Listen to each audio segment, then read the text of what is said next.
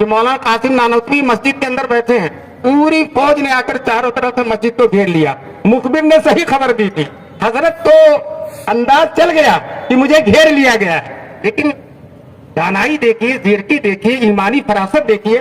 وہ اپنی جگہ سے ہٹ کر دوسری جگہ بیٹھ گئے، جہاں بیٹھے تو وہاں تو دوسری جگہ بیٹھ گئے اور سر جھکا کے تصویر پڑھ رہے ہیں. اور انگریز فوج مسجد کے اندر ہے اور اطمینان سے.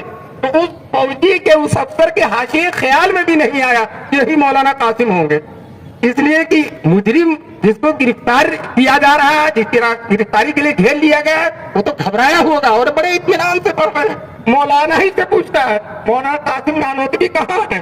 تو حضرت اطمینان سے کہتے یہیں بیٹھے تھے، دیکھ لیجیے کہاں چلے گئے، یہیں بیٹھے تھے، دیکھ لیجیے کہاں چلے گئے. پھر اس کے بعد جو ہے حضرت باہر نکل آئے. شاید باہر کے فوج جو تھے انہوں نے سمجھا ہوگا کہ اس آدمی کو افسر نے باہر بھیج دیا ہے، افسر نے بھگا دیا ہے. چنانچہ بعد میں لوگوں کو پتا چلا وہی مولانا قاسم نانوتوی ہے. اسی طرح سے مولانا رشید احمد گنگوہی پر بھی جو ہے پھانسی کا آرڈر تھا اور ان کو تلاش کیا جا رہا تھا. حضرت گرفتار ہو گئے. مولانا قاسم تو گرفتاری سے بچ گئے لیکن حضرت گنگوہی گرفتار ہو گئے. وہ کہتے تھے مجھے شروع میں تھوڑا سا تردد تھا کہ یہ جہاد ہے کہ نہیں ہے، اس لیے مجھے 6 مہینے کی سزا ملی. چنانچہ مولانا گنگوہی کو گرفتار کر کے مظفر نگر جیل میں رکھا گیا اور 6 مہینے تک مظفر نگر جیل میں رہے. لیکن اس 6 مہینے کے اندر ہوا یہ کیا کہ جیل میں جو چور تھے، ڈاکو تھے، مجرم تھے، وہ سب کے سب مولانا سے کے ساتھ اللہ کی ضربیں لگانے لگے، اللہ کی ضربیں لگانے لگے. حکومت نے دیکھا کہ یہ تو مظفر نگر کا جیل خانہ گنگو کی خانقاہ بن گیا، تو عافیت اسی میں دیکھی کہ مولانا کو چھوڑ دیا جائے. چنانچہ مولانا کو بھی چھوڑ دیا گیا. حضرت شیخ الاسلام مولانا حسین احمد مدنی رحمۃ اللہ علیہ لکھتے ہیں کہ اللہ نے غیر سے ان حضرات کی حفاظت فرمائی، اس لیے کہ ان سے اللہ تعالیٰ بہت بڑا کام ابھی لینا تھا. ان کی وجہ سے دارالعلوم دیوبند کو قائم ہونا تھا. اگر اسی وقت گرفتار ہو گئے تھے اور ختم کر دیے گئے تھے تو پھر وہ بظاہر تو یہ صورت دارالعلوم کی نہ سامنے آتی. تو ان سے دارالعلوم دیوبند کو پھر کہا کہ انہی کی تربیت سے شیخ الہند جیسے شیر کو پیدا ہونا تھا. میں کہتا ہوں کہ وہ حضرت مدنی نے شیخ الہند کے بارے میں لکھا، میں کہتا ہوں کہ انہی حضرات کی تربیت سے حضرت مدنی جیسے بھی شیر کو پیدا ہونا تھا. وہ بھی شیر ہے بہادر بہرحال. جب شیخ الہند کا زمانہ آیا اور دارالعلوم دیوبند میں صدر مدرس ہیں، شیخ الحدیث ہیں، لیکن وہ جو استاد کی صحبت سے آزادی کا جو رنگ چڑھا ہوا ہے، انگریزوں کی مخالفت کا جو رنگ چڑھا ہوا ہے، وہ رنگ دن بدن چڑھتا چلا جا رہا ہے اور وہ حضرت کو اپنی منزل کی طرف کھینچتا ہوا چلا جا رہا ہے. چنانچہ حضرت شیخ الہند کو انگریزوں سے اتنی نفرت تھی، کیونکہ انگریز مسلمانوں کا دشمن نہیں، اسلام کا دشمن تھا، حقانیت کا دشمن تھا. تو مسٹن جو یو پی کا گورنر ہے وہ کہتا ہے کہ مولانا محمود حسن کو ہم سے اتنی نفرت ہے کہ اگر ان کو جلا دیا جائے تو ان کی راکھ ادھر سے نہیں اڑے گی جدھر کوئی انگریز پڑا ہوگا. خود انگریز کہہ رہا ہے. حضرت جب مالٹا سے واپس آئے تو شاگرد لوگ بیٹھے ہوئے تھے، کچھ انگریزوں کی مذمت اور ان کے برے کارناموں کا، بری کاموں کا تذکرہ چل رہا تھا. تو ایک شاگرد نے بطور لطیفہ کہا انگریزوں کی ہر چیز خراب، حضرت کوئی چیز تو اچھی ہوگی. تو شیخ الہند مزاحیہ انداز میں کہتے ہیں ان کا کباب بہت اچھا ہوگا. بہرحال ابھی مولانا نے ریشمی رومال کا تذکرہ کیا، تھوڑا سا ریشمی رومال کے بارے میں بتلاؤں. شیخ الہند رحمۃ اللہ علیہ کو جب یہ احساس ہو گیا کہ اب پڑھنے پڑھانے کا وقت نہیں ہے، اب میدان میں اترنے کا وقت ہے، تو یہاں سے جانے لگے. لوگوں نے کہا حضرت بخاری کون پڑھائے گا، دارالعلوم دیوبند کی صدارت کون کرے گا؟ تو حضرت شیخ الہند نے کہا مولانا انور صاحب ہیں، یہ بخاری پڑھا لیں گے، اور جو ہے بخاری پڑھانے والے بہت سے آ جائیں گے، لیکن جو کام کرنا ہے اسے اب کرنا ہے. چنانچہ وہاں ہجرت کر کے مدینے چلے گئے. اور پلان کیا تھا، منصوبہ کیا تھا کہ افغانیوں کو تیار کرنا ہے اور ترکوں کو تیار کرنا ہے. چنانچہ افغانیوں کو تیار کرنے کے لیے اپنے انتہائی معتمد شاگرد مولانا عبید اللہ سندھی کو افغانستان بھیجا، کابل بھیجا، اور وہ جاتے وقت ان سے نہیں بتایا، کہا جب وہاں پہنچو گے تو تم کو کام معلوم ہو جائے گا. دوستو اتنے اطاعت گزار شاگرد تھے. مولانا عبید اللہ کہتے ہیں مجھے کچھ نہیں معلوم تھا، بس اتنا تھا کہ مجھے کابل جانا ہے. میں کسی طرح سے وہاں چلا گیا اور 6 سال تک رہا. وہاں جا کر معلوم ہوا کہ شیخ الہند مجھ سے بہت بڑا کام لینا چاہتے ہیں. مجھے اپنی قسمت پر ناز ہو رہا تھا.